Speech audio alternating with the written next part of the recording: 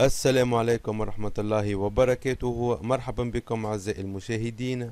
اليوم سوف نشاهد 10 أغلى دراجات نارية في العالم. في المرتبة العاشرة أيكون شايان، السعر 172 ألف دولار أمريكي، المحرك سوزوكي 4 اسطوانات، كاباسيتي 1400 سي سي، القوة 240 حصان.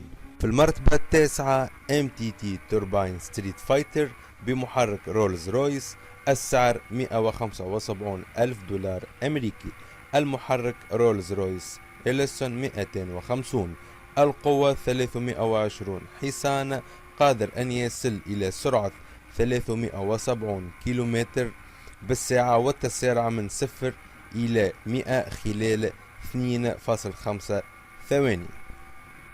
المرتبة الثامنة سوزوكي EIM كربون فايبر هيوبس، السعر 200 ألف دولار أمريكي، يمتاز بخفة وزنه الفائقة وسرعته التي تصل إلى 300 كيلومتر بالساعة. المرتبة السابعة دوغادي تيست ستريتا ENSR ميكانير، السعر 225 ألف دولار أمريكي، المحرك V2، كاباسيتي 1000 سي سي، سرعته تصل إلى 370 كيلومتر بالساعة. المرتبة السابعة دوغاتي ديس مرسيدس دي 16 RR NCR M16، السعر 232 ألف دولار أمريكي، القوة 200 حصان، الهيكل من الكربون والتوتنيوم. المرتبة الخامسة نجد ايكون تيتانيوم سيريس فايتي اكس اكس، السعر 300 ألف دولار أمريكي، المحرك 2100 سي سي، القوة 200 حصان، الهيكل مصنوع بالكامل من التيتانيوم القوي وخفيف الوزن.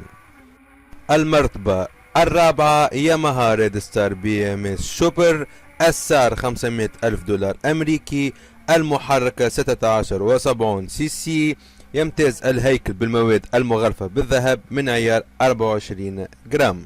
المرتبة الثالثة دوج توماهوك V10 سوبر بايك، السعر 555 ألف دولار أمريكي، المحرك 8300 سي سي، عدد الاسطوانات 10 في، القوة 500 حصان، السرعة القصوى 740 كيلومتر بالساعة. لم تجرب أبدا، لم يسمح لهذه الدراجة بالسير على الطرقات أبدا بسبب قوتها الهائلة وسرعتها الصاروخية. المرتبة الثانية هارلي دافيدسون كوزاميك ستارشيب، السعر مليون دولار أمريكي، المحرك 12.55 سي سي. هذه الدراجة قطعة فنية بامتياز، إذ أن الهيكل الخارجي عبارة عن لوحة فنية مرسومة بيد جاك أورمسترونغ. وأخيرا في المرتبة الأولى إيكروس US1 سوبر بايك، السعر 3.6 مليون دولار أمريكي، المحرك 12.55 سي سي. هذه الدراجة ما زالت اختبارية، لكنها بالفعل مبهرة ورائعة من حيث الشكل. أما من حيث الأداء، السرعة القصوى 386 كيلومتر بالساعة، القوة 210 حصان. أرجو أن يعجبكم الفيديو ولا تنسوا الاشتراك في القناة.